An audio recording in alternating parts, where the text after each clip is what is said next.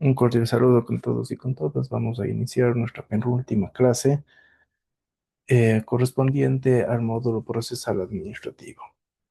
El día de hoy, 8 de septiembre, lunes 8 de septiembre, iniciamos con nuestra clase correspondiente. En el chat del curso dice, doctor, ¿quién declara el silencio administrativo? ¿El juez o simplemente el hecho de precluir 30 días término? El silencio administrativo debe declararse mediante sentencia. Solamente así se puede ejecutar su contenido. Como decíamos, no podemos disfrutar de las obligaciones que nacen del silencio administrativo si éste no ha sido ejecutado en la vía jurisdiccional, y la ejecución implica necesariamente que deba ser declarado mediante sentencia una vez que se hayan agotado estos momentos procesales que hablábamos la clase anterior. Así es. Muchísimas gracias, Bien, doctor. Buenas noches. listo. Buenas noches. Perfecto. Retomamos. Solamente con una pequeña cuestión. Eh, a ver, vamos a ver. Nos encontramos entonces ya en la recta final, queridos doctores. Esta semana, como yo bien les indicaba la clase pasada, y ya está aperturado. Esa, esta última actividad es el trabajo fin del módulo. Este trabajo fin de módulo, lógicamente, tiene que ser presentado hasta el día sábado. Eh, Tomar en consideración, yo ya les expliqué lo que tienen que realizar, es un ensayo científico, y lógicamente ustedes van a encontrar en ese enlace bibliografía sugerida. Si es que no pueden acceder a esa bibliografía sugerida, no se preocupen. Yo el día de mañana la voy a sacar y la voy a poner en otro apartado adicional para que puedan ustedes acceder de una manera más fácil.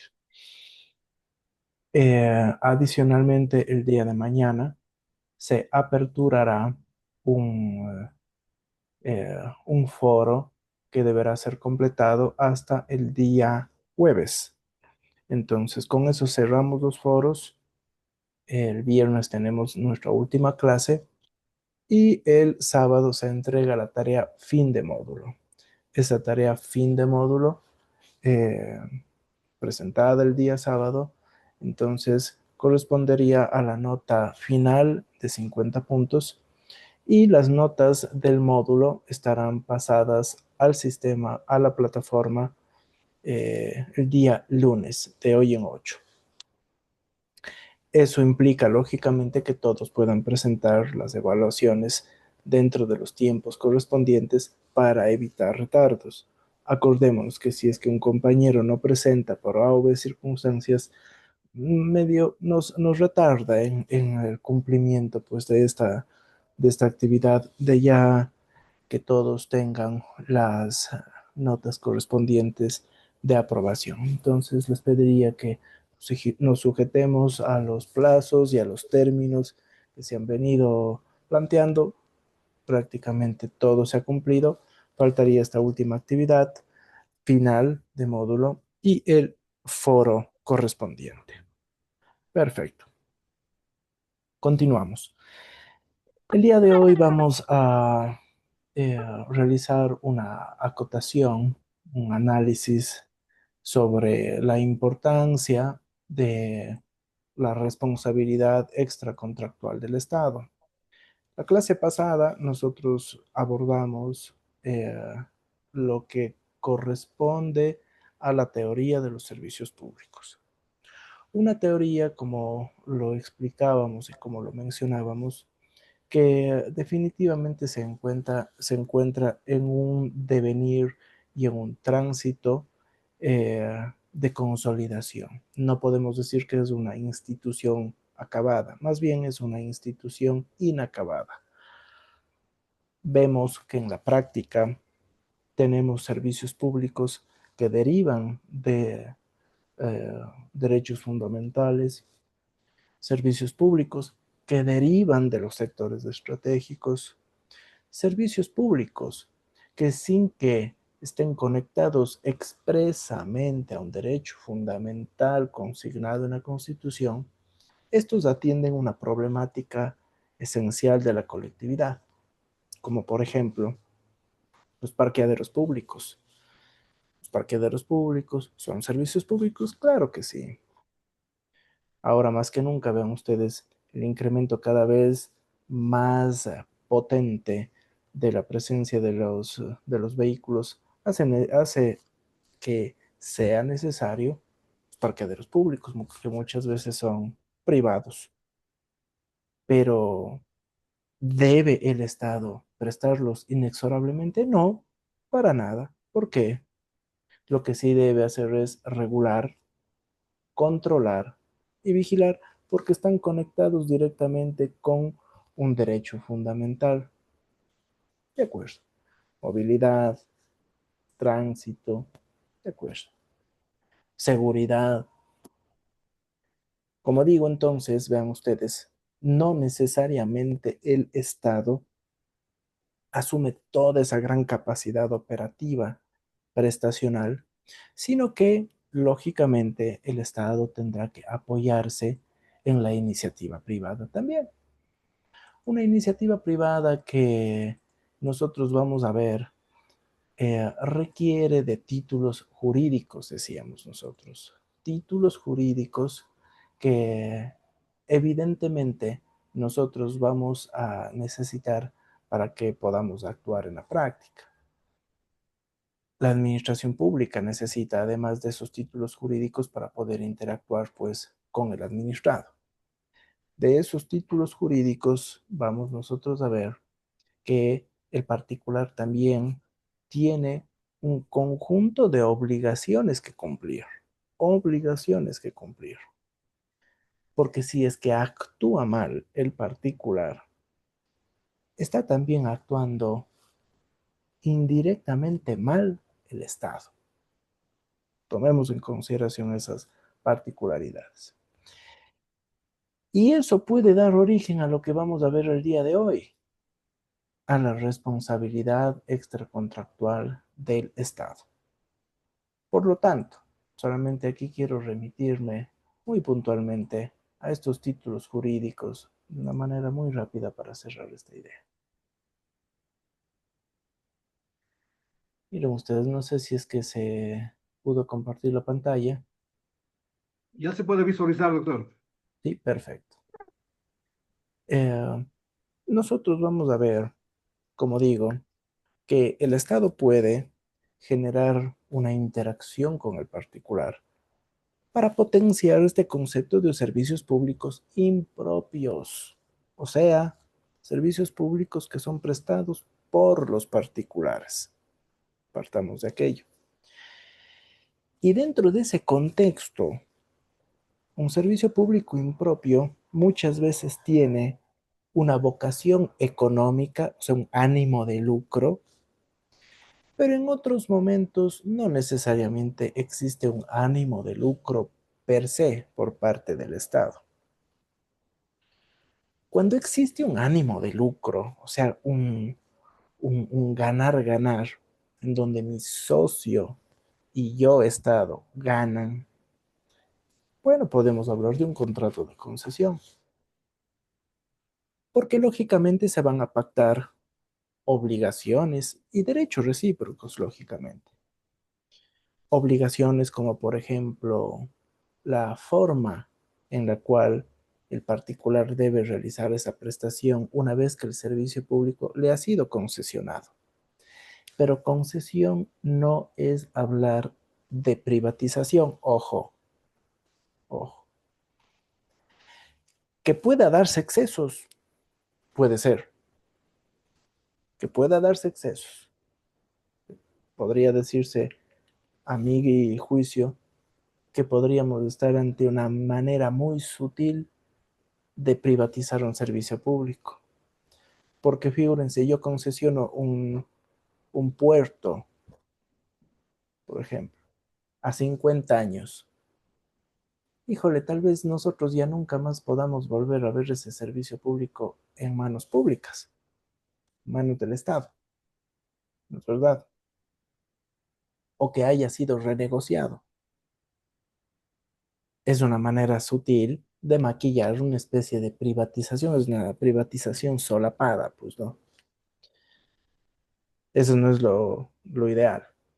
Lo ideal es lograr un contrato de concesión en donde hay obligaciones recíprocas, hay derechos recíprocos, un tiempo prudencial porque va a existir una inversión pública importante y que lógicamente el Estado va a participar económicamente de ese tipo de actividades.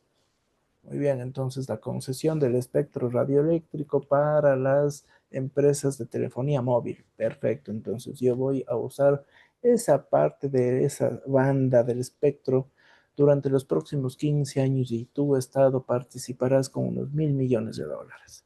De acuerdo, qué lindo. Pero el particular también se obliga a realizar una actividad prestacional conforme a lo consignado en el documento contractual.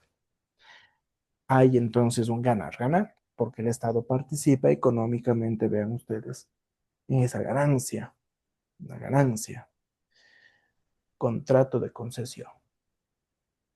¿Puede haber un contrato de concesión en una clínica? No, de eso no se trata. Más bien, vean ustedes, los contratos de concesión están fuertemente conectados con aquellos sectores estratégicos en donde existe una vocación productiva industrial. Minas, puertos, aeropuertos, actividad petrolera, energía, etcétera. Contrato de concesión. Cuando en cambio los servicios públicos están conectados, vean ustedes, al desarrollo de un derecho fundamental, nosotros estamos hablando de que el privado tiene que también blindarse y prestar ese servicio público, pero sujeto a otro título jurídico para la prestación, ya no un contrato de concesión, sino hablamos de los permisos, de las autorizaciones e incluso de las licencias, pues no. En estas tres posibilidades estamos ante actos administrativos, vean ustedes. Actos administrativos. Claro, el permiso le habilita a un administrado para ejercer un derecho. Ese derecho normalmente es restringido. No cualquiera lo puede hacer. No cualquiera lo puede prestar. Claro.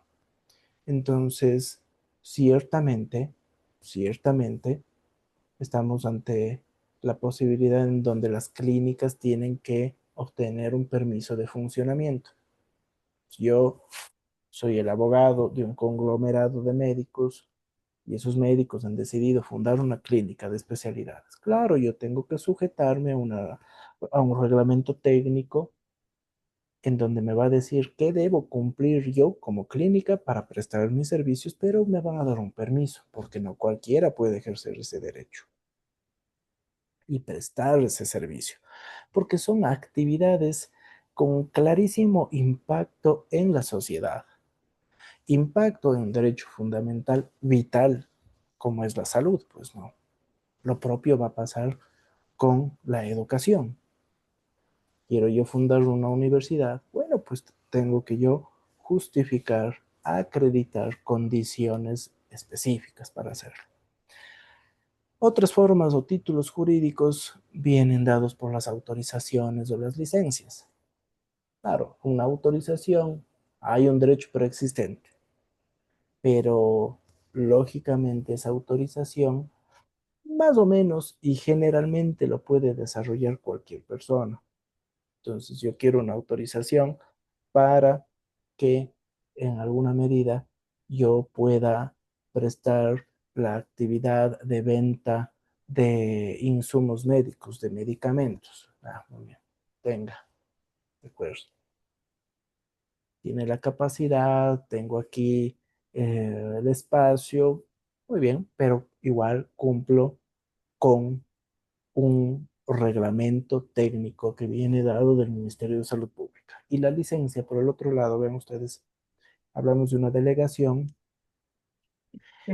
a un servicio, una actividad con un impacto específico, bajo un tiempo en concreto, bajo una regulación estatal, y el Estado puede decidir qué actividad con esas condiciones pueden ser, pues no, licencia. Lo lógico es de que aquí en el Ecuador hablemos de concesión, de permisos y de autorizaciones. Esas tres condiciones, esos tres títulos jurídicos, normalmente delegan a la iniciativa privada la prestación de un servicio público. Normalmente, esa delegación da origen entonces a un servicio público impropio o indirecto, pues no, indirecto. Pero tomemos en consideración lo siguiente, el Estado nunca va a perder el control y la vigilancia de los servicios públicos, sumada a la regulación. La regulación, tomemos en cuenta, parte de las bases normativas que el particular tiene que sujetarse. Como digo, reglamento técnico para la colocación de inyección segura. Ah, ya, muy bien, viene dado del Ministerio de Salud Pública. Cumplimiento transversal, tanto públicos como privados. Pero el control y la vigilancia implica, vean ustedes, supervisión continua, evaluación continua, intervenciones correctivas, porque estamos ante procesos de auditoría permanentes de cumplimiento normativo, o sea, las instituciones privadas se someten a procesos de evaluación externa para verificar, mediante obviamente la participación de evaluadores externos, si es que esa institución está cumpliendo pues con la aplicación adecuada de las normas y de los procedimientos institucionales que están unidos a las regulaciones externas. De encontrarse, vean ustedes, y eso es lo importante, pues, ¿no? Y esa es una de las cuestiones en donde hoy ustedes van a ver que los abogados se están formando mucho en estos procesos de auditoría o de cumplimiento normativo, auditoría de calidad, las ISO, y que en cierta medida exige, verán ustedes, abogados con una capacidad y una capacitación técnica muy concreta en el área de la salud, de los alimentos, de la educación, porque van a participar en los procesos de evaluación que identificarán los nudos críticos para las futuras tomas de decisiones que buscan la mejora continua. El Estado, entonces, vean ustedes, el Estado debe buscar la calidad prestacional. El Estado cuando delega la participación y la prestación del servicio público en manos privadas, no pierde nunca la regulación, el control y la vigilancia. Eso no se pierde. Ojo, partamos de eso. Si es que eso es así, y con estas breves consideraciones, si es que esto es así, nosotros vamos a irnos al tema ahora sí de la responsabilidad extracontractual del Estado. Sabemos ya entonces, doctores, que los servicios públicos van a constituirse como aquella base fundamental para que podamos hablar de la responsabilidad extracontractual del Estado. No podemos hablar de responsabilidad sin que preliminarmente conozcamos a cabalidad lo que implica la teoría de los servicios públicos, lo que implica. Y en este tránsito de análisis, de evolución, nosotros nos vamos a dar cuenta que la responsabilidad extracontractual del Estado o responsabilidad, a mí me gusta hablar más de responsabilidad patrimonial, ya les voy a decir del por qué, pero esta responsabilidad puede decirse que es en donde confluye todo el derecho administrativo moderno. Confluye. Aquí se encuentra, pero concentrado, todo el derecho administrativo. ¿Por qué digo esto? Porque definitivamente la responsabilidad es una institución protectora y reparadora. Protege y repara los derechos fundamentales que el ciudadano administrado ha sufrido por obra y cuenta del Estado. Entonces, vean ustedes, esta institución es fundamental porque busca tutela, promoción y reparación de derechos que han sufrido.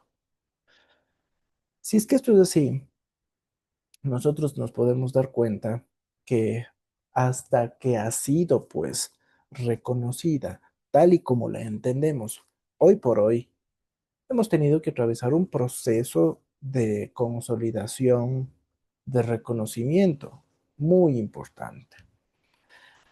Punto de partida. El punto de partida es la irresponsabilidad absoluta. Punto de partida. Y ahí estamos nosotros ante esa frase célebre, pues no, el rey no se equivoca. El rey no se equivoca. Definitivamente eso, ¿por qué? Porque estamos nosotros ante un modelo de Estado absoluto, estamos ante el despotismo monárquico, en donde el ciudadano no tenía opción siquiera de oponerse a nada de lo que hacía el monarca. Si el monarca expropiaba, lo hacía sin compensación. Si el monarca en el ejercicio de sus funciones causaba un daño en particular, qué pena, el rey no se equivoca. Sin embargo, nos vamos a dar cuenta que el proceso de nacimiento del Estado liberal supuso que existe un cambio de paradigma, porque de a poco, nosotros vamos a darnos cuenta que la idea de entender o de ir reconociendo de a poco la responsabilidad empezó a cobrar mayor sentido. ¿Por qué les digo esto? Porque ya en el pensamiento anglosajón empezó a hablarse de la responsabilidad del funcionario público. Y esa es una especie de responsabilidad parcial del Estado. Porque aquí nosotros vamos a irnos en contra del funcionario público que actuó negligentemente, con culpa. Entonces, claro, el agente público respondía por el daño causado por su negligencia, por su culpa. Pero el Estado como entidad seguía siendo irresponsable. Claro, esto trajo como consecuencia que las indemnizaciones que nacían de esas sentencias sean prácticamente inejecutables, porque, pobre funcionario público, ¿cómo podía él resarcir el daño causado cuando habían cuantiosas pérdidas? Pues no. Entonces, eso causó muchos estragos, muchas dificultades técnicas, operativas y jurídicas, pues no. Precisamente cuando nosotros nos damos cuenta de aquello, vamos a darnos zona de que es necesario que vayamos mutando al respecto. Y precisamente en ese tránsito de mutación, en donde los son actos de autoridad, son sujetos eh, de responsabilidad, de reparación nacen desde la gestión del Código Civil, por el un lado, pero por el otro lado nos vamos a dar cuenta que los actos que nacen desde la orientación del derecho público mediante el jus imperi con soberanía carecía asimismo de la debida reparación. Eso lógicamente, ven ustedes, ahondaba más las diferencias, ahondaba más eh, eh, una situación en donde no se podía resarcir. Entonces, tomemos en consideración estos elementos preliminares. A ver, solamente ve aquí, hay un mensaje, dice aquí, Arturo dice, Dice que si es que se puede subir el tamaño de su presentación, claro, claro, claro, claro que sí, Arturo. No, no se le escucha muy bien, Arturo, está medio ahí con el audio medio extraño, pero ya le subo, no se preocupe. Ya estamos mayores para la visualización, estas tremendas, no se preocupe. Más bien, ahí, espérense que se cargue ahí. Ahí, confírmeme, Arturo. ¿Se ve mejor? Ya, ya. Ahí está mejor, Ahí doctor. solo, eso, ya. Muy bien. Entonces, esto supuso, doctores, que vayamos pensando en lo siguiente. En estos dos momentos preliminares, nosotros nos encontrábamos en una especie de responsabilidad subjetiva. Ojo, responsabilidad subjetiva, guiadas por el derecho civil. O sea, en responsabilidad del funcionario y en responsabilidad parcial. Nos encontramos ante un modelo de responsabilidad subjetiva, aplicado inclusive en Ecuador hasta la década de los 90 aproximadamente, que buscaba la responsabilidad subjetiva.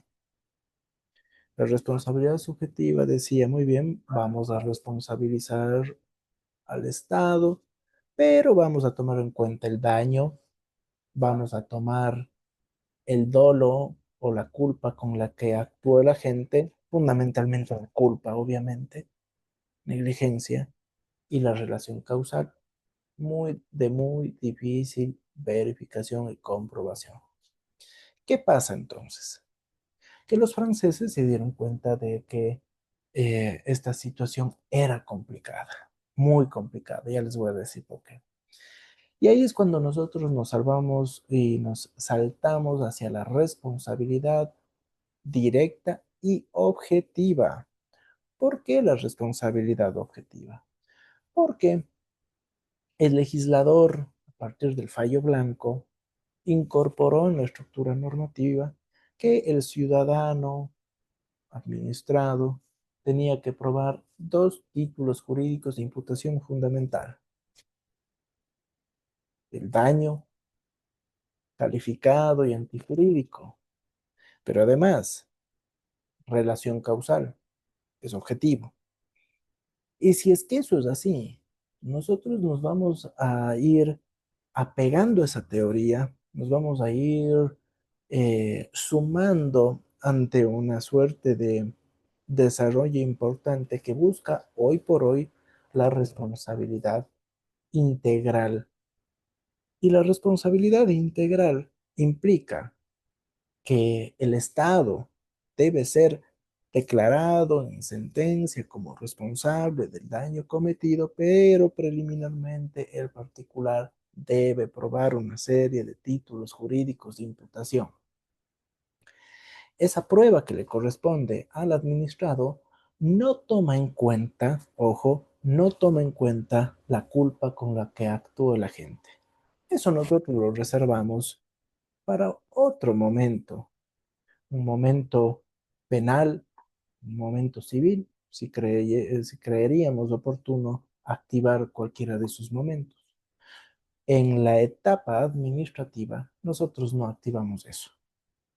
Nosotros vamos entonces a generar los títulos jurídicos de imputación, pero con carácter objetivo y directo. Ya les voy a explicar cuáles son. Y en efecto, nosotros nos damos cuenta que este punto de inflexión para este cambio o esta ruptura conceptual entre la responsabilidad subjetiva hacia la responsabilidad objetiva, tuvo que existir pues algún fallo que genere ese cambio de paradigma, y ese fallo es el fallo blanco. ¿Por qué decimos esto? Porque lógicamente en este fallo, una niña que sufre un daño por parte de un vehículo que cumplía una prestación de un servicio público del Estado francés y que fue atropellada, ese daño que sufrió esa niña tuvo que ser reparado por parte del Estado, Y en ese contexto, el Tribunal de Conflictos francés se dio cuenta de que estaban ante un conflicto muy particular y con algo interesante de por medio. Ojo, el Tribunal de Conflictos francés en ese sentido se dio cuenta que quien era el competente para conocer este tipo de controversias entre el Estado que presta un servicio público versus el particular que sufría por su deficiente prestación debía ser ya no la jurisdicción civil, sino una jurisdicción especializada, la jurisdicción de lo contencioso administrativo en el caso ecuatoriano, o sea, la jurisdicción del Consejo de Estado francés. Eso automáticamente rompe un paradigma, porque busca este tipo de controversias ser resueltas ante una jurisdicción especializada. Y eso automáticamente hace que el derecho administrativo cobre y gane autonomía, y esa autonomía lo que busca precisamente es que se promueva la creación de principios propios. Sumado a estos dos ejes, autonomía del derecho más jurisdicción especializada, nace la responsabilidad objetiva del Estado.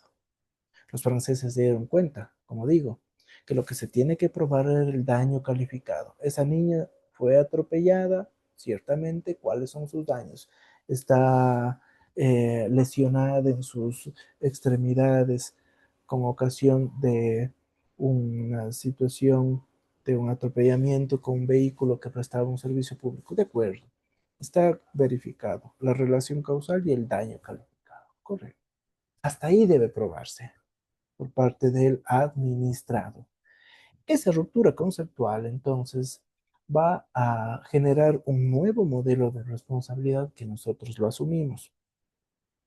Por eso, el Tribunal de Conflictos francés, eh, básicamente, a nosotros nos aporta ya y nos influencia directamente en la normativa con una competencia especial que está consignado en el Código Orgánico de la Función Judicial, en donde los tribunales contenciosos administrativos conocen de este tipo de divergencias. El afectado no demuestra la, la falta, la negligencia del agente público, pues no, no demuestra. Yo no demuestro esa falta. Aquí lo que basta es la existencia del daño. Yo sí debo probar el daño. Yo sí debo probar el daño. Un daño sufrido con ocasión de qué? Eso sí, de una potestad pública, relación causal. Pero también conviene que vayamos ya tomando en consideración la existencia de un riesgo, la existencia de un riesgo. Y cuando hablamos del riesgo, ya vamos a ver más adelante como título jurídico de imputación, nos vamos a dar cuenta que el riesgo es que está presente en todo, pues no. Tal vez nunca podemos desaparecer el riesgo, porque el riesgo está presente en todo. Si es que yo decido someterme a una intervención médica que por un apéndice hay un riesgo, tal vez bajo, pero hay un riesgo. El Estado tiene que actuar como un agente que mitiga el riesgo. Mientras más mitiga el Estado el riesgo, regulando, controlando, vigilando, menor probabilidad de que algo malo vaya a pasar. Pero si yo no regulo, si yo no vigilo, si yo no controlo, el riesgo se dispara y va a presentarse mayor probabilidad de que ese riesgo se dispare y genere un daño. Entonces, esto nos trae definitivamente este fallo blanco, estas reflexiones tan necesarias en, en nuestro modelo, pues, ¿no? Al cual nosotros lo hemos cobijado. Recordemos, esto es un recorderis. Nosotros pasamos de la responsabilidad subjetiva, ya no tenemos la responsabilidad subjetiva. Podría decirse, vean ustedes, que nosotros con el fallo Delfina Torres, viuda de Concha, allá en la década de los 90, ¿no es verdad? La ex Corte Suprema de Justicia, en su sala de lo civil y de lo mercantil, fue la que impulsó y la que sentenció este fallo por daño ambiental, por responsabilidad del Estado. Y fue esa sala la que en su momento dijo, pasemos más bien a una jurisdicción especial. Vean ustedes. O sea, los franceses obviamente se adelantaron. Nosotros estamos, vean ustedes, en una sentencia de los años 90, los franceses eh, fallaron muy similar, pero en 1873. Responsabilidad subjetiva, acordarse, debe probar daño, dolo, culpa, relación causal. Estos tres elementos deben probarse. Difícil. ¿Qué hicimos nosotros? Nosotros cobijamos la responsabilidad objetiva. Daño, relación causal. Daño, relación causal. Son los títulos jurídicos de imputación fundamentales, pero no los únicos, porque en ese proceso objetivo, en esa responsabilidad objetiva, se van incluyendo otros títulos jurídicos de imputación necesarios para que obviamente esta responsabilidad pueda efectivizarse en sentencia. Riesgo, falta, falla o deficiente prestación de un servicio público. Es otro título que ya lo vamos a ver. Entonces, este tránsito hace necesario que el Estado de manera directa y ya no indirecta como era antes, en donde respondía el funcionario público, sino ya el Estado con su patrimonio debe responder por los daños ocasionados. Y esa es la cuestión. Ustedes dirán, pero es que nuestro modelo habla de responsabilidad extracontractual. Lamentablemente, por estar ahí manejando conceptos que no los entendíamos muy bien en su debido momento, nos inclinamos al modelo argentino. Y el modelo argentino sí que habla de la responsabilidad extracontractual del Estado, pero porque su modelo inclusive está conectado con el derecho civil, Código Civil de Vélez Arfiel. Pero nuestro sistema es diferente, totalmente diferente en ese contexto.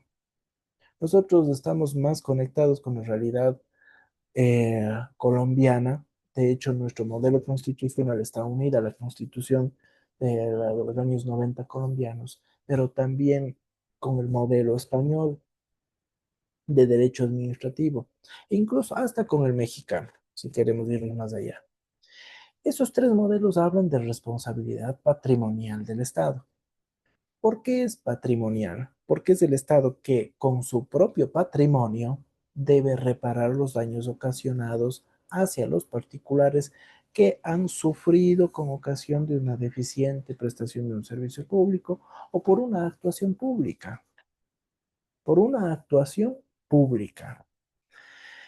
Y cuando hablamos de actuación pública, nosotros nos vamos a dar cuenta que esa actuación pública es masiva, pues no, porque no solamente es la actividad prestacional, sino es todo el que ejerce con una potestad pública. Nosotros nos vamos a dar cuenta que si queremos extender la responsabilidad, eso yo pienso que en los años venideros se va a ir produciendo, podemos hablar de una responsabilidad patrimonial del Estado por una actuación legislativa, una responsabilidad patrimonial del Estado, vean ustedes, por eh, estos errores judiciales, etcétera, etcétera, etcétera. Entonces, no solamente es cuando se presta un servicio público de una manera negligente, defectuosa. Por eso la responsabilidad está en expansión, está conectada al estado de bienestar. Es objetiva y hay una protección efectiva. porque nosotros nos vamos a dar cuenta que la idea de reparación implica definitivamente que no debemos tomar en consideración exclusivamente a la indemnización, no solamente eso, sino busca algo mucho más abarcador hacia la reparación del daño inmaterial. Lo material es cuantificable, lo inmaterial es de difícil cuantificación, pero como no se cuantifica, se puede reparar de otras maneras, con medidas que buscan la satisfacción. Y evidentemente nosotros vamos a darnos cuenta que en nuestro modelo cabe la posibilidad de unificar estas cuatro teorías que les estoy proponiendo.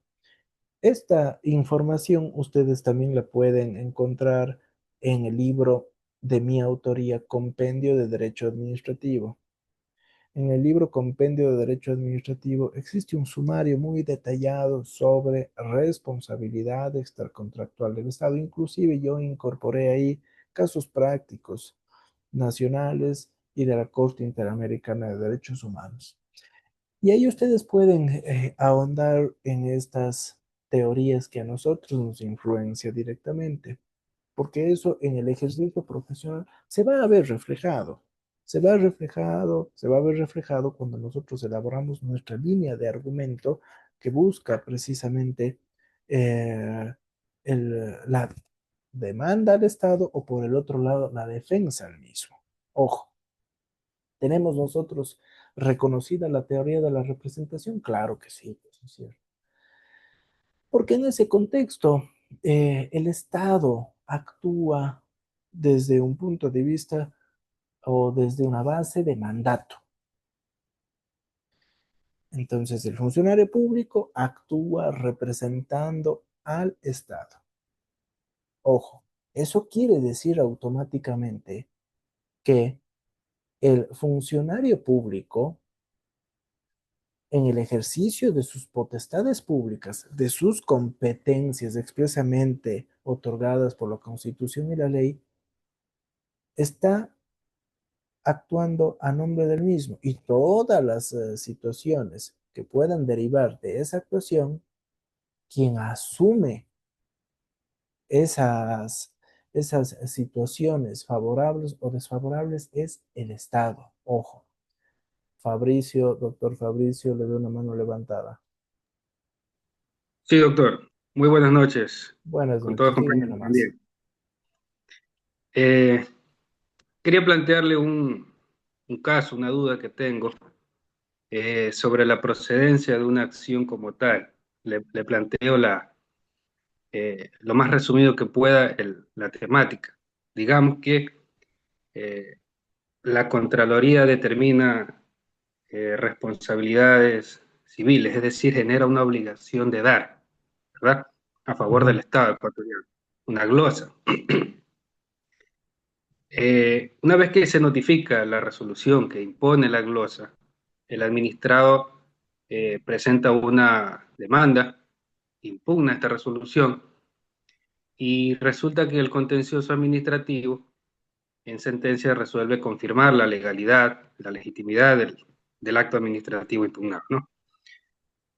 Una vez que este acto se vuelve firme o ejecutoriado, naturalmente la institución tiene la potestad de iniciar acciones de cobro justamente de estas glosas, ¿no? claro, para recuperar.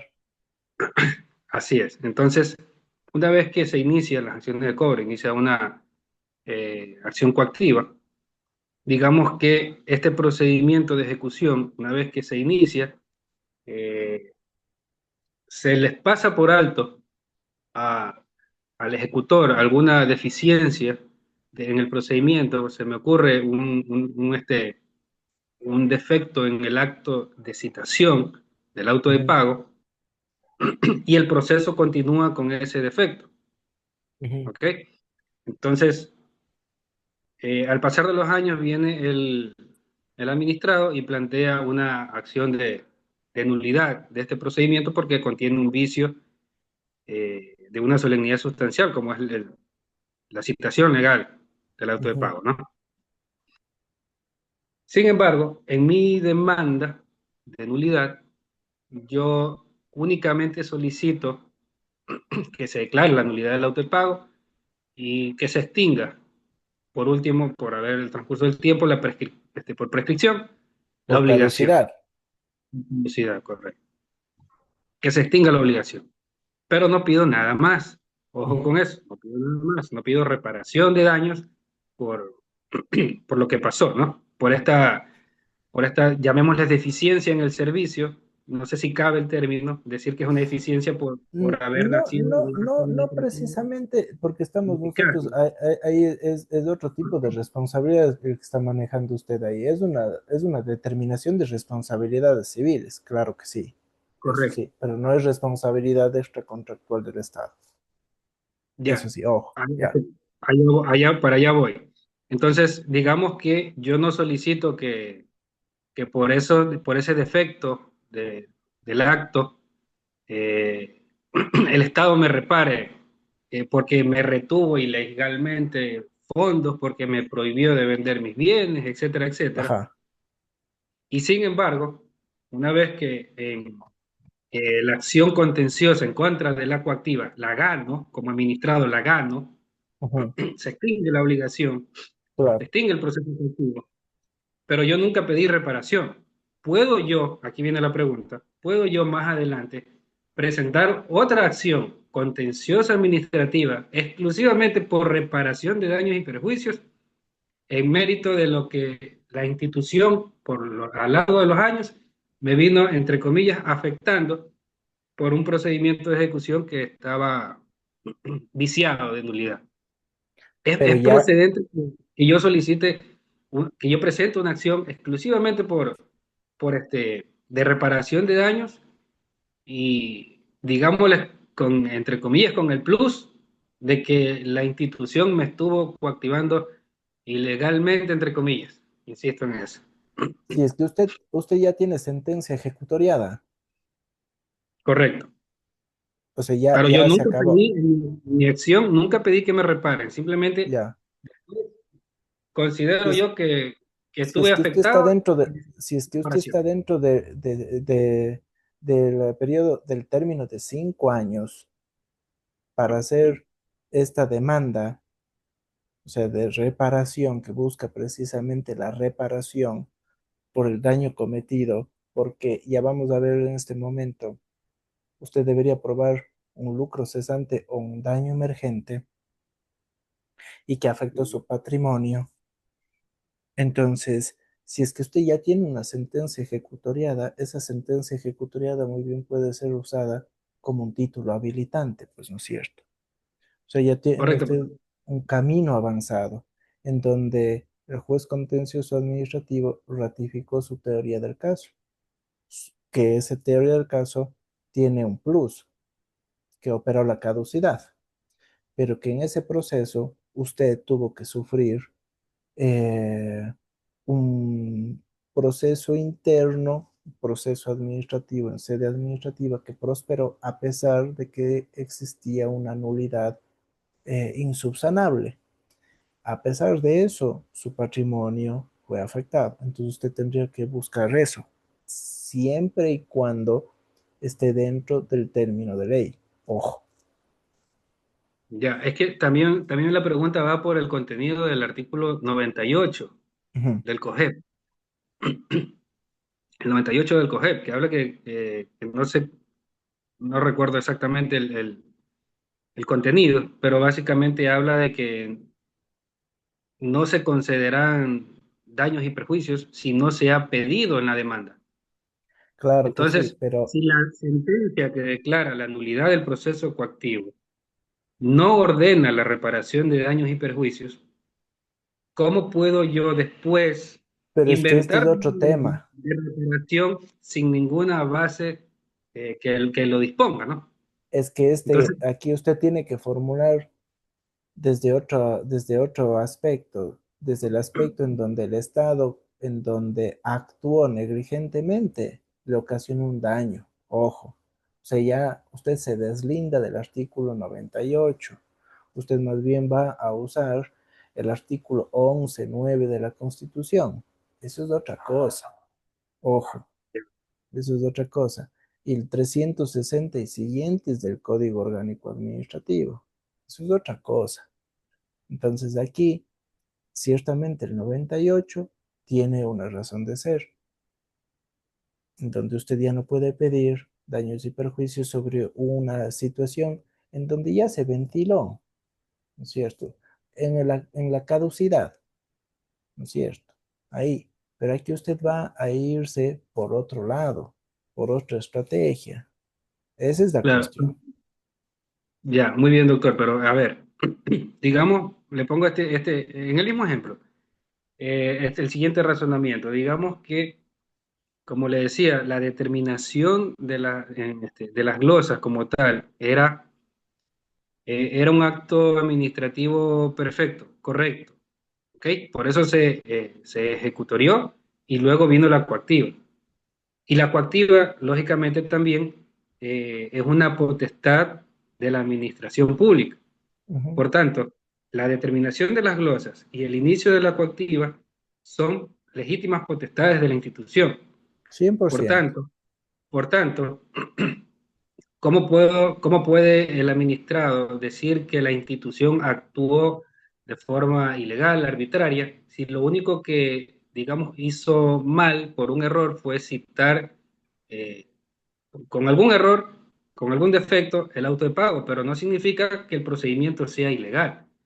Por lo tanto, no existiría per se eh, un procedimiento administrativo arbitrario, ilegítimo, ilegal, sino que se deslizó un error. Entonces, en esas condiciones, Pero los el errores de administrador eso no tiene que asumir el puede pedir administrado, pues. reparación.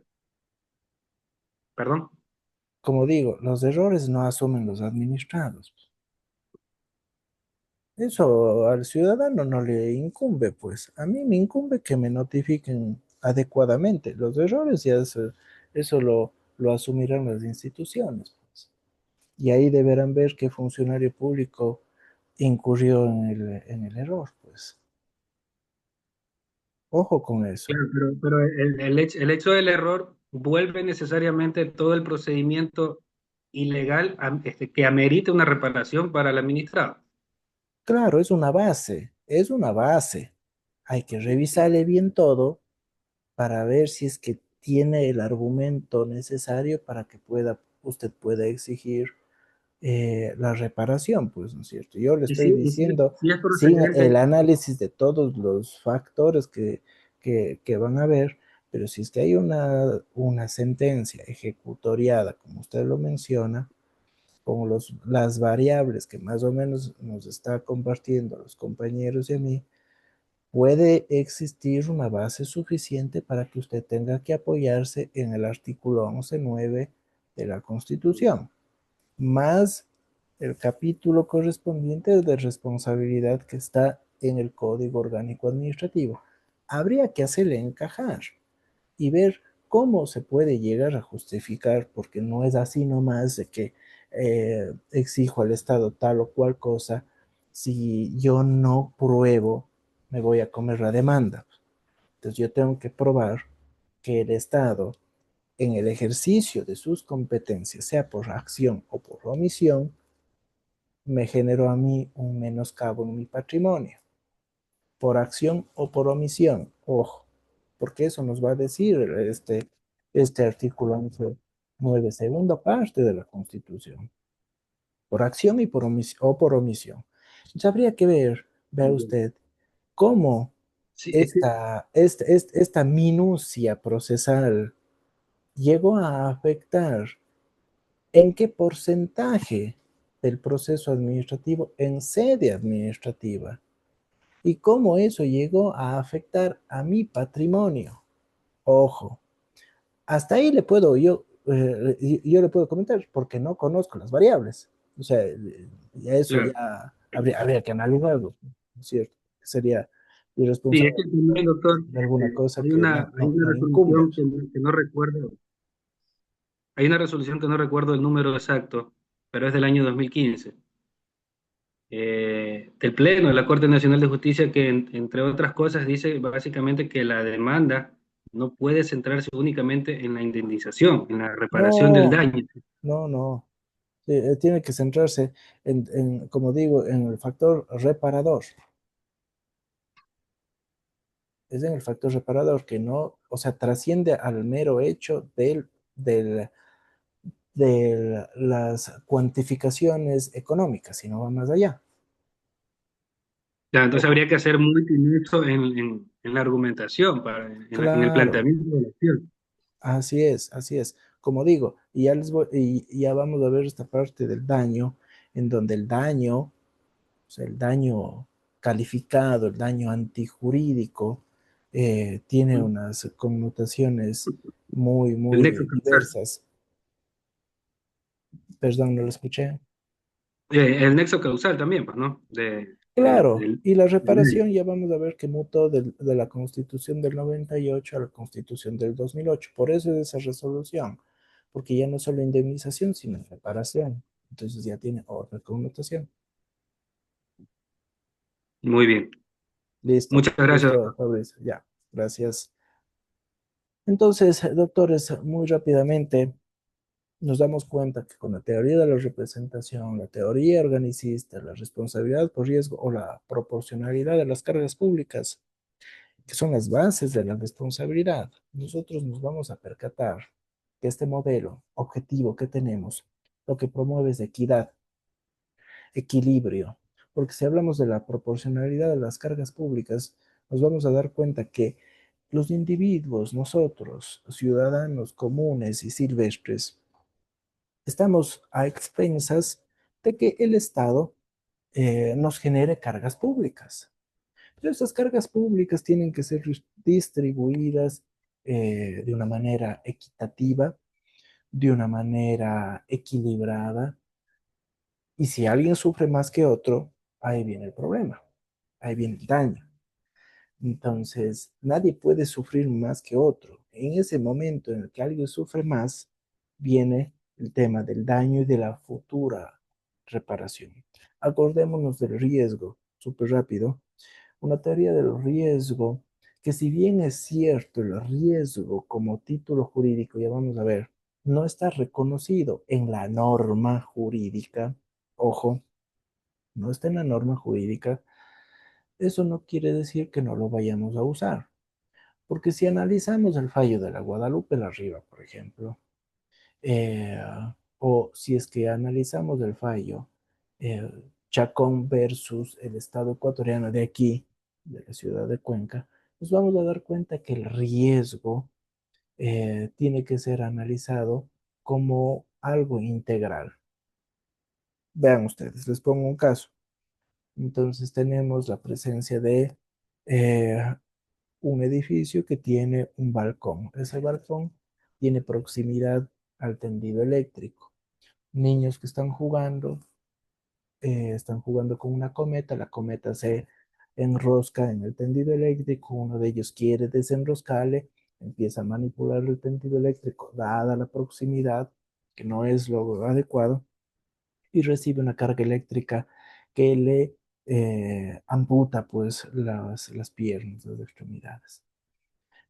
¿Qué dice la Corte Nacional de Justicia? Existe un defecto sistémico funcional. Hay un riesgo creado, se ha creado un riesgo aquí. ¿Por qué? Porque nosotros nos vamos a dar cuenta que ya en ese análisis de ese caso se llega a verificar que, uno, la proximidad del cableado eléctrico no era lo técnico.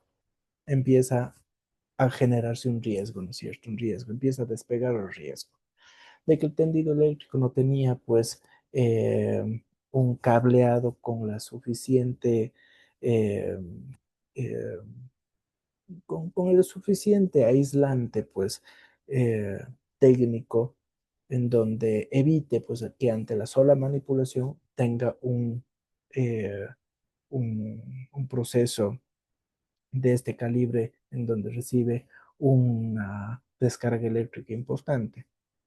Otra situación de que no se hicieron las eh, los procesos de mejora continua o de el chequeo permanente por parte de la empresa eléctrica. Todos esos factores de riesgo se van sumando y afecta a todo un sistema. Y eso al final termina en un daño. Entonces, vean ustedes, el riesgo, si bien es cierto, como título jurídico, entonces no está presente en nuestro sistema, en la norma, eso no quiere decir que no estén en los fallos. Nosotros vamos a ir generando ese análisis.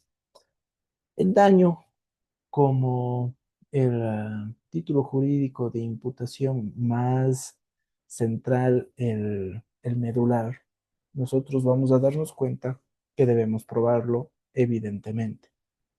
El daño antijurídico es, por así decirlo, el título jurídico de imputación más evidente, más central en esta situación.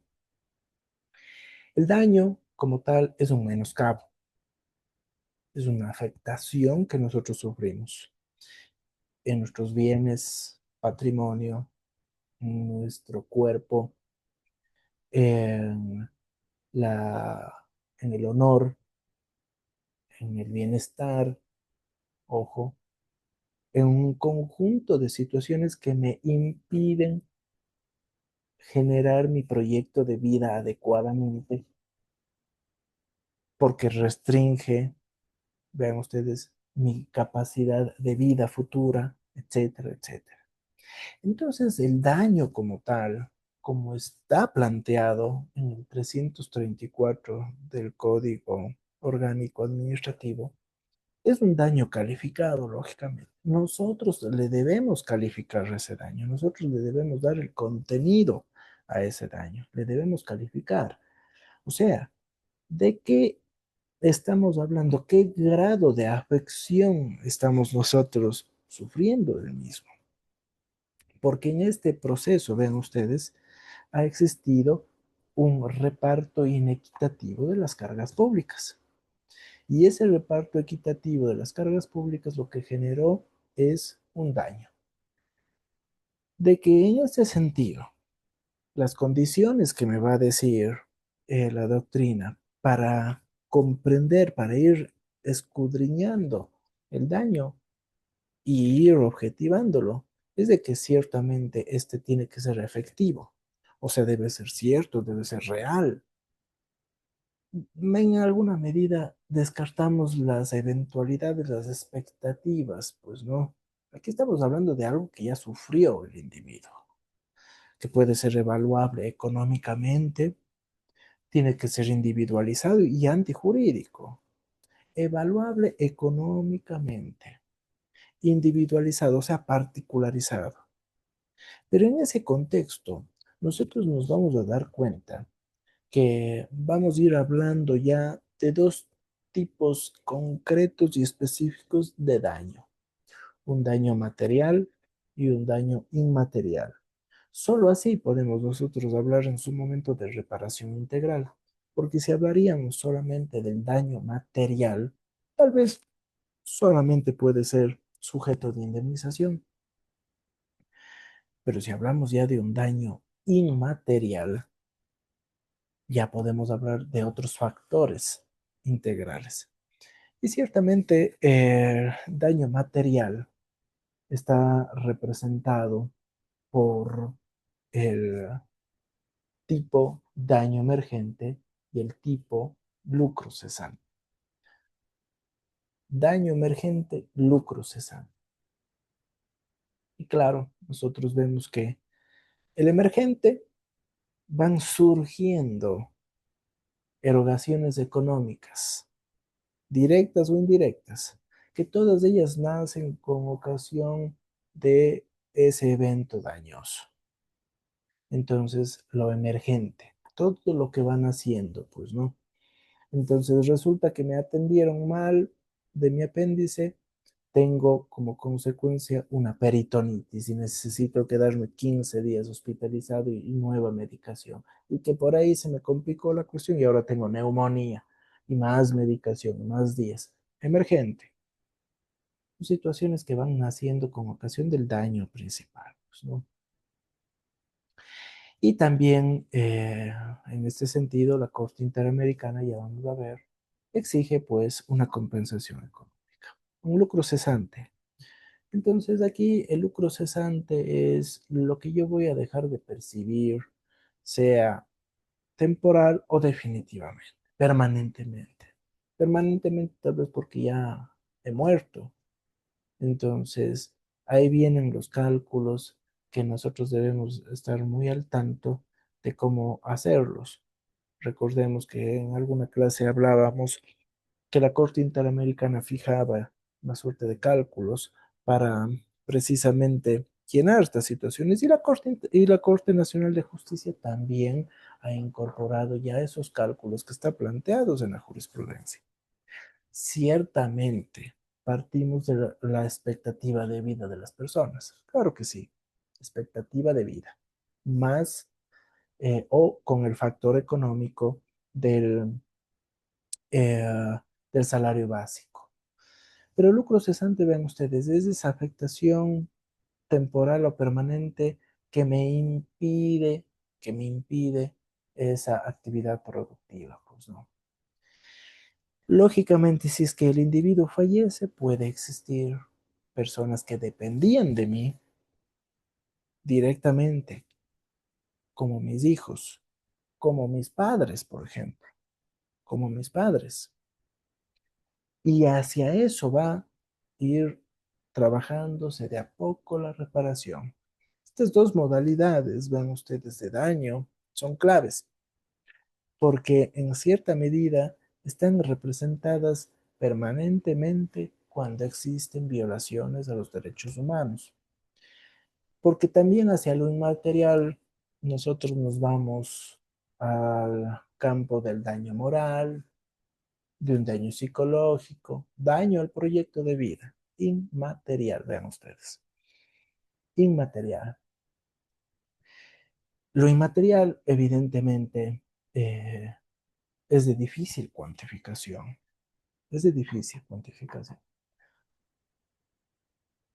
Daño moral con angustia, con procesos en donde existe frustración, se perturba esa estabilidad emocional, porque un proceso judicial lógicamente tiene o implica una carga emocional importante. Un proceso administrativo implica una carga emocional y psíquica importante que afecta el desarrollo moral del individuo, porque hay daños psicológicos, porque hay daños al proyecto de vida. Por ejemplo, si es que una persona muere teniendo 35 años cuando fue a ser atendido por una muela del juicio y muere en un hospital público, entonces, ¿qué está pasando? Esa persona tenía un proyecto de vida por delante, sí, porque tenía 35 años.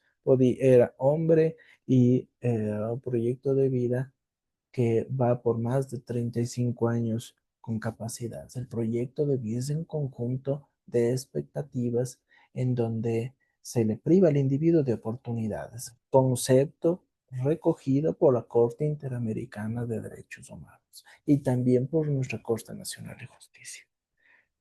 De que pueda ir más allá de lo económico, claro, con medidas de reparación, que trasciende la mera indemnización, eso sí.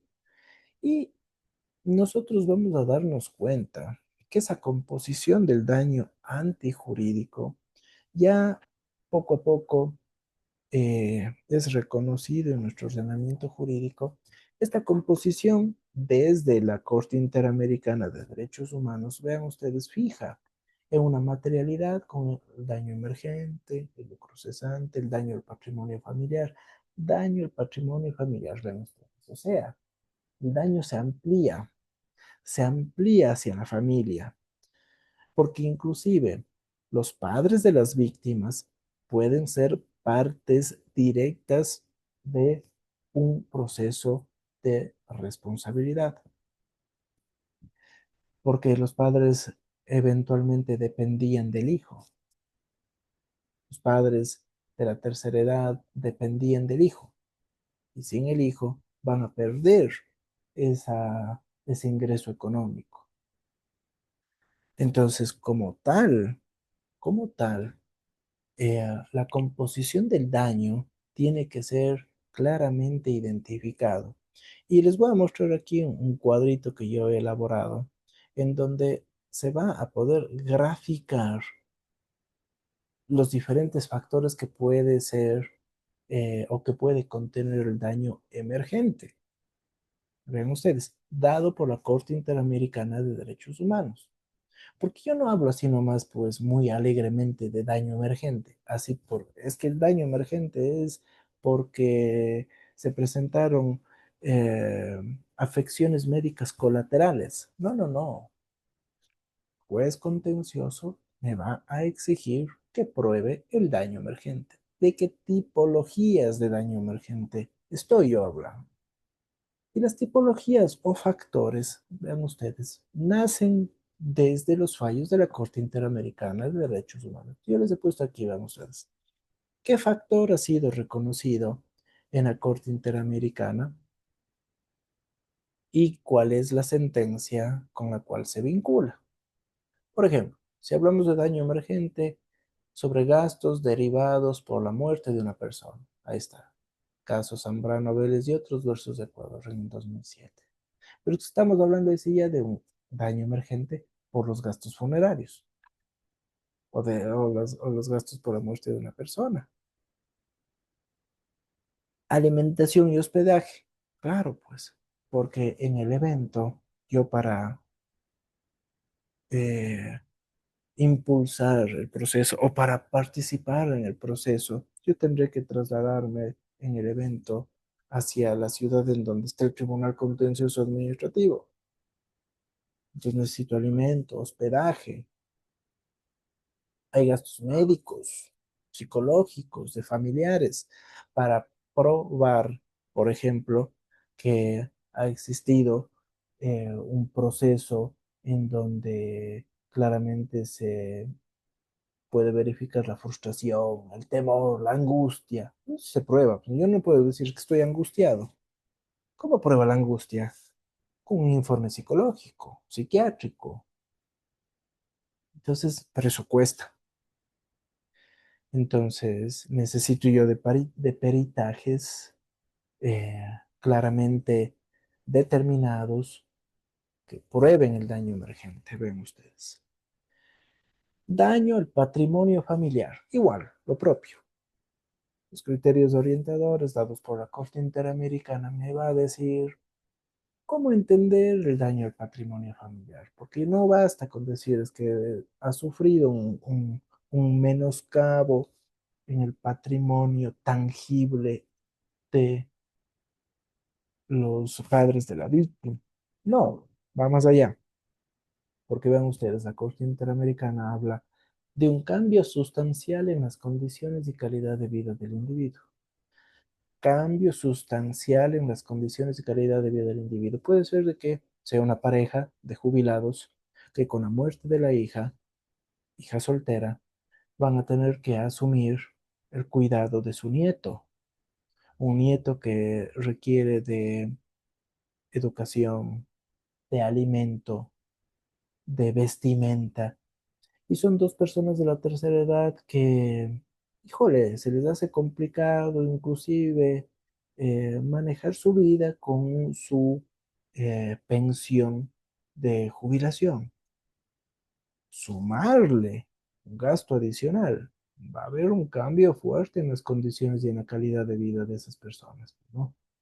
Pero yo tengo que probar eso. Yo deberé probar cuánto recibo por jubilación y cuánto me cuesta, vean ustedes, cuánto me cuesta la mantención de mi nieto, pensiones de colegio, facturas de alimentos, facturas de vestimenta y así sucesivamente, que alteran mis condiciones y calidad de vida.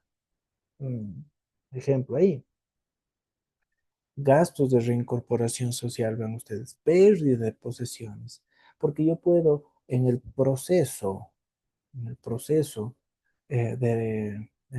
judicial, tener un detrimento en la salud física, psíquica, emocional, un proceso de responsabilidad. Híjole, estamos hablando de algunos años, ¿no? De algunos años. Ven ustedes, como yo les comentaba en clases pasadas, aquí en el contencioso de la ciudad de Cuenca ya se está programando audiencias para el diciembre de 2027. Entonces, toma su tiempo. Entonces, hay detrimento en la salud física que se debe probar y que la corte más o menos me va a entrelazar. Vean ustedes. Esto da origen, entonces, doctores, de que nosotros al daño le tengamos que guardar mucho respeto, porque el daño tiene que probarse, el daño tiene que calificarse, el daño tiene que ser sujeto a verificación. Y mientras más específico sea, va a ser mucho más fácil de que el juez pueda llegar a una decisión futura en donde ya su discrecionalidad disminuya, porque yo le estoy orientando, yo le estoy orientando. Por el otro lado, otro título de imputación en el proceso de responsabilidad se refiere precisamente a la relación de causalidad, nexo causal. O sea, el daño nace como consecuencia de la acción u omisión del Estado. Esa es la reflexión. Entonces, es ese proceso, es esa conducta del Estado, de la administración pública, es esa conducta activa o pasiva, vean ustedes, que genera directamente un daño antijurídico. Y yo tengo que probar ese nexo causal. Yo tengo que probar. Yo tengo que probar que María murió en las instalaciones del Hospital X público por una deficiente prestación de un servicio público médico, porque no se aplicaron los protocolos médicos y murió en las instalaciones precisamente por ello. ¿Yo qué cómo voy a empezar a probar esta situación, este nexo causal? Pidiendo la historia clínica de primera mano, pues, ¿no? A ver, la historia clínica. Aquí está. O sea, yo voy escudriñando y verificando. Nexo de causalidad, entonces es un enlace directo entre acción u omisión del Estado y respuesta daño. Ojo, esta posibilidad del nexo causal ciertamente tiene que ser probado. Y dentro de esa relación causal y del daño, nosotros nos vamos a dar cuenta que nace este título jurídico de imputación que también es fundamental y que forma parte de la estructura básica del concepto planteado por nuestra propia Constitución, el artículo 11, 9, segunda parte. Porque claro, hablamos de acción u omisión, hablamos de responsabilidad directa, hablamos del daño, hablamos de la relación causal, pero también nuestra Constitución habla acerca de la falta, falla o deficiente prestación de un servicio público. Y lógicamente, la doctrina ha ido entendiendo este concepto, ¿no? La falta, la falla, el retardo del servicio. La falta cuando existe la ausencia de la prestación de ese servicio público. El Estado omite actuar conforme a ese mandato legal. No ha implementado el servicio público cuando debía implementarlo. No lo hizo funcionar cuando debía hacerlo funcionar. La falla del servicio, por el otro lado, existe el servicio público, pero funciona deficientemente. Existe el servicio público, pero su funcionamiento es anómalo. Su servicio público no atiende a los procesos de regulación, a los procesos de control, a los procesos de vigilancia. Claro, lógicamente va a tener como contraprestación el daño como tal, pues, ¿no? Y el retardo del servicio, igual existe el servicio, pero no atiende a las necesidades inmediatas del individuo. Entonces me está dando un infarto, llamo a una ambulancia, la ambulancia llega en 4 horas, ya estoy muerto. Había el servicio, está funcionando el servicio, pero funciona tardíamente, pues no. Tengo que probarlo, obviamente. Eso se tiene que probar. Entonces, como tal, nos daremos cuenta que en ese contexto, el sistema jurídico ecuatoriano entrelaza la falla, la falta o la deficiente prestación de servicio público con ese defecto sistémico funcional. Un conjunto, un cúmulo de diversas situaciones, de malas situaciones, que todas ellas unidas van sumándose y de a poco va a afectar el funcionamiento integral del servicio público, afectando el correcto funcionamiento del mismo, como en el ejemplo de la prestación de servicio público de energía eléctrica. Nos hicieron los procesos de vigilancia adecuados o a tiempo, no se hicieron eh, no se colocaron los cableados con el suficiente aislante, no se respetó la distancia técnica necesaria que impida la manipulación, etcétera. Todo eso se va sumando y afecta el normal desarrollo del servicio público y genera un defecto sistémico funcional que eso va a originar un daño. Ven ustedes. Pero igual, falta, falla o deficiente prestación del servicio, lo pruebo, debo probar. Riesgo como título de imputación. Nuevamente, acordarse, ¿no? No tenemos este título jurídico reconocido en la norma, pero sí que tenemos reconocido en los fallos. Fallo de la ex ministra de Defensa, Guadalupe Larriba, por ejemplo, que va a participar en una ceremonia castrense, ciertamente, que estuvo acompañado de la hija, sí, señor, que la hija deseaba subirse a un helicóptero, que eso no era lo adecuado, así es, que en su momento la ministra insistió de que le hagan subir el helicóptero. Eso pasó. Que el helicóptero se estrelló y murieron todos. Así fue. De que la administración pública le colocó en una situación de riesgo excepcional a un ciudadano, a un civil. Así es. Sí que eso pasó. De que se pasó por alto las regulaciones técnicas que impedía que eso suceda. Así fue. El riesgo se disparó. Sí, señor, se disparó porque subir un helicóptero de ese momento, de esa envergadura, exigía un conocimiento técnico y capacitado para el manejo de ese tipo de situaciones, lo cual no pasó. Bueno, podemos nosotros leer más a detalle estas situaciones. Pero como tal, vean ustedes, la Corte Nacional de Justicia ya dejó implícito ahí que el riesgo es un factor interesante, importante en la determinación de la responsabilidad extracontractual del Estado, de que el riesgo está inherente y presente en todas las actividades que desarrolla el Estado. Claro que sí, siempre va a estar ahí presente, siempre va a estar presente el riesgo de que nosotros actuemos como tal, eh, subordinados o más bien dicho, sujetos a un riesgo. Claro, claro que sí.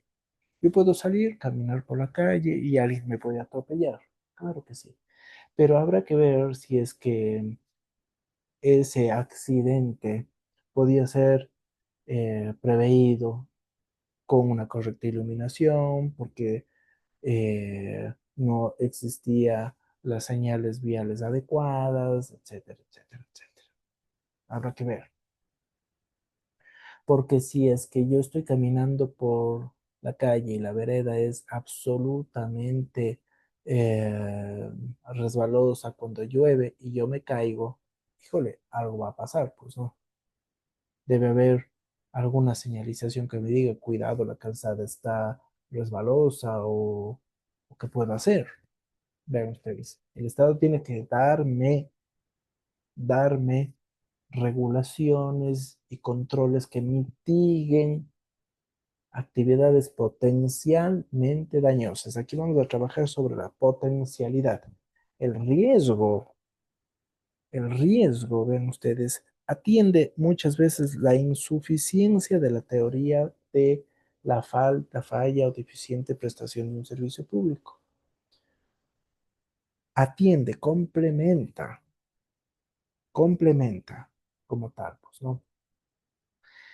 Y súper rápido, aquí yo les he puesto este, este fallo para su estudio. Ustedes pueden encontrar este fallo en donde se habla de defecto sistémico funcional, como les decía, que es de la Sala Contencioso Administrativa de Gaceta Judicial, serie 18, número 4, página 1618 a la 1626, Florencio Antonio Andrade Medina versus Conelec Emel Manaví y Procuraduría General del Estado, donde se habla del riesgo, ven ustedes. Se habla del riesgo. Ya este es un caso de responsabilidad del Estado por deficiente prestación del servicio público eléctrico. Riesgo, el riesgo. Tomar en consideración que regulación, vigilancia y control se refiere a los servicios públicos. De ahí la importancia nuevamente de entender la teoría de los servicios públicos para entender la responsabilidad. ¿Qué busca la responsabilidad al final? En nuestro régimen constitucional, en nuestro ordenamiento jurídico. Reparar. Eso es lo que busca. Reparar. Así nomás. Reparar. Reequilibrar la balanza de lo que ya se ha sufrido. Y claro, nosotros vemos que en ese sentido tenemos dos alcances, un alcance sustantivo y un objetivo, y un adjetivo, ¿no? El sustantivo obliga al Estado a reparar el daño, obliga al Estado, tomando en cuenta los estándares de la Corte Interamericana y de la Corte Nacional de Justicia, como en el caso del daño emergente, como en el caso del daño al patrimonio familiar. Hay estándares, como digo, dados de la Corte Interamericana y dados por la Corte Nacional de Justicia, de que el alcance sustantivo es adecuado, claro, porque atiende directamente el sufrimiento, que es efectivo, porque es directamente el que asegura el restablecimiento de derechos fundamentales. Es adecuado. Y el otro lado, el alcance adjetivo, obligación de garantizar y proporcionar recursos para que en ese sentido pueda rehacer su vida. Caso González Yuy y otros versus Estado ecuatoriano. Claro, la niña no murió, pero se contagió o adquirió VIH por una transfusión de sangre en la Cruz Roja. No murió, pero su expectativa de vida cambió, sus, su vida integralmente hablando cambió. Y bajo ese contexto, entonces, adjetivamente, vean ustedes, puede iniciar como inició los procesos judiciales correspondientes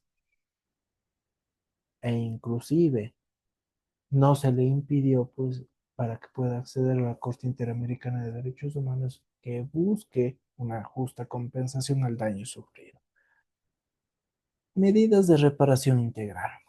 A nosotros nos vamos a dar cuenta entonces que la reparación integral o hablar de reparación integral implica hablar de factores de reparación, factores.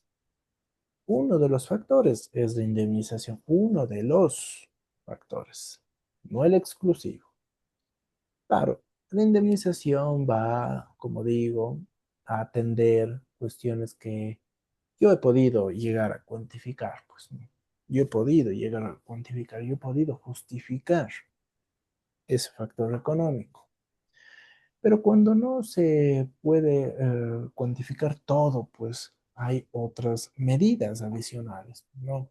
Que atienden a una reparación, como la restitución, porque la restitución es precisamente propiciar una recuperación específica y efectiva de derechos que en alguna medida pueda devolver la situación al estado previo al cometimiento del daño, porque me reingresan a mi trabajo, que fue injustamente separado, más ven ustedes las compensaciones económicas por todo lo que dejé de percibir en el caso de mis sueldos, ¿de acuerdo?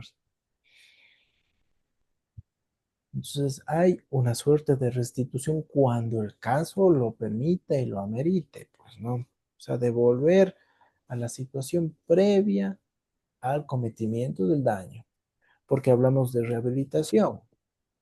Y la rehabilitación implica, vean ustedes, atención médica, psicológica. O sea, aquí estamos hablando de la salud integral. Entonces podemos hablar de atención incluso jurídica, patrocinio jurídico, eh, el soporte psicológico, porque la persona que se contagió de VIH va a necesitar un soporte psicológico de por vida. Entonces, eso cuesta. Y el Estado tiene que proveer a los profesionales médicos necesarios. Satisfacción, vean ustedes, medidas de satisfacción. Entonces ahí nosotros vamos a ver ciertos tipos de actividades que buscan enaltecer el nombre de la persona eh, como tal o garantías de no repetición. En las garantías de no repetición hay una cosa interesante, que en este caso es que se busca incluso que este tipo de acontecimientos ya no se vayan a volver a dar pues en el futuro y para eso el Estado tiene que implementar reformas jurídicas estructurales como en el caso este del de González Yu y otros versus de Ecuador, nosotros cuando hacemos el análisis de la sentencia se pide garantías de no repetición, reformas a los procesos o a las normas que regulan la obtención de la sangre para que en ese proceso se busque calidad en estos hemocomponentes, pues, ¿no? Garantías de no repetición. Cuando nosotros hacemos entonces el análisis de la reparación integral y cuando nosotros vemos que la reparación integral se ha incluido en la línea argumental de una demanda en el contencioso administrativo, yo tengo pues que haber y sobre todo tengo que darle pertinencia a estos conceptos al caso en concreto. Que el caso en concreto puede reunir todos ellos en buena hora. De lo contrario, puede haber casos en concreto que solamente vaya a calzar la indemnización, la rehabilitación o la satisfacción. Depende del caso, pues no. Sea como fuere, nosotros vamos a ver que esa reparación integral tiene esas características de que sea restitutiva, equitativa, solidaria e integral. Restitutio in integrum, o sea, devolver a la situación previa a la violación. Muchas veces es difícil, es difícil, pero nosotros podemos devolver a la persona a su trabajo previo, ¿no? Tomar en consideración que lo integral hace referencia a lo material y a lo inmaterial. Equitativo porque busca reequilibrar la balanza, devolver las cargas públicas a un equilibrio, ojo, y solidario, porque ciertamente nadie está llamado a soportar un, una carga más que otro. Tomemos en cuenta lo siguiente. Cuando nosotros hacemos el análisis de la reparación integral, este concepto ya ha sido depurado, reconocido por parte de la Organización de las Naciones Unidas, reconocido por la Corte Interamericana de Derechos Humanos en varios de sus fallos, con estándares jurídicos en especie, de que nosotros tenemos una transformación en nuestro régimen constitucional, ciertamente, porque cuando hacíamos la lectura del artículo 20 de la Constitución del 98, hablaba y se reconocía la responsabilidad extracontractual, pero con un enfoque indemnizatorio pecuniario. Ojo, Constitución del 2008 reconoce la reparación integral, o sea, cambia de estadio, pasa a la siguiente etapa, ya no solo es de indemnización, sino de reparación. Así entonces, nosotros vemos que cuando leemos el artículo 86, número 3 de la Constitución, eh, nos vamos a dar cuenta que si es que se constata la vulneración de derechos, se ordena la reparación integral. No solamente en materia de responsabilidad, sino también cuando hablamos, ven ustedes, en las garantías jurisdiccionales. Eh, Aquí ven ustedes algunos ejes en donde nosotros vamos a visualizar que estamos nosotros ante la presencia de una garantía de la reparación integral. Es una garantía a la que accedemos cuando activamos la responsabilidad. Eh, ¿Debemos acceder a la misma? Adjetivamente, ciertamente. De que vamos nosotros a través de la activación de la responsabilidad acceder a la tutela judicial efectiva, eso es lo que buscamos. Lamentablemente, lamentablemente, el congestionamiento de las causas en materia obviamente de responsabilidad hace que sea muy difícil llegar a una solución pronta y a tiempo. Ojo, ojo con ese factor. Pero bueno, al final lo que se quiere y lo que se busca es llegar a la dignidad del individuo reparándola. Ojo. Comentarios. Aquí. Tomemos en consideración lo siguiente, doctores. Dejo de compartir. Vamos a ver. Ahí estamos. Tomemos en cuenta lo siguiente, adicionalmente. Si bien es cierto, el Estado al final pagará la reparación, reparará, todavía nos falta un nudo crítico para completar el sistema de reparación. Y es el hecho de que procesalmente hablando, nosotros tenemos una debilidad en una partecita y es en la repetición, en la repetición. Y les digo esto de una manera súper gráfica. Si yo inicio una demanda en contra del Estado, yo demando a la institución, no a la persona. Si es que gano yo el proceso porque pude probar el daño, la relación causal, porque pude probar el riesgo, la falla o falta en la prestación del servicio público, porque pude probar todo eso, de acuerdo, tendré la reparación, porque es una responsabilidad objetiva y directa. El Estado responderá con su propio patrimonio si tengo una sentencia ejecutorial. Pero ahí le falta algo, pues no, porque el Estado, si bien es cierto, paga con su patrimonio. Esa actitud negligente del funcionario público tiene que, tiene que pues, generar alguna consecuencia. Esa parte todavía nosotros nos falta una orientación procesal, la repetición, porque la repetición que busca directamente de que el Estado inicie un proceso frente al funcionario público que con su actitud negligente derivó en un daño. O sea, aquí estamos hablando del Estado versus funcionario público negligente para recuperar todo o parte de los recursos que el Estado tuvo que pagar a un tercero, al ciudadano. El ciudadano ya no forma parte de este proceso, pues, obviamente, ¿no?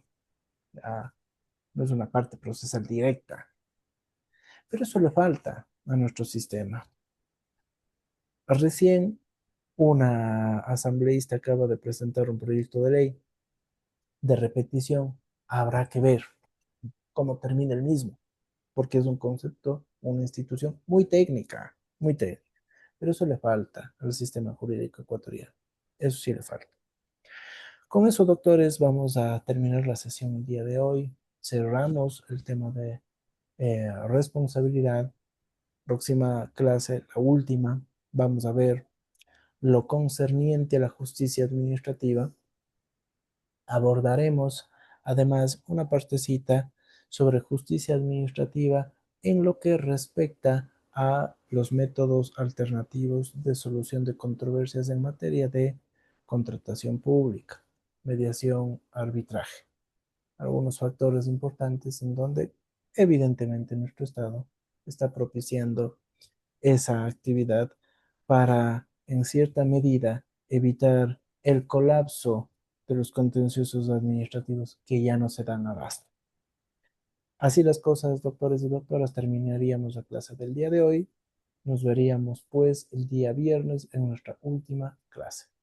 Día miércoles, al día jueves, perdón, es el último día de presentación del foro. Nuevamente, el día de mañana se activará y el sábado es la presentación del trabajo final. Con esto, doctores, nos vemos. Una buena noche y una buena semana con todos y con Hasta todas. mañana, doctor. Mañana, doctor. Gracias, Un cordial doctor. saludo. Hasta mañana, doctor. Hasta luego, gracias. Gracias, doctor.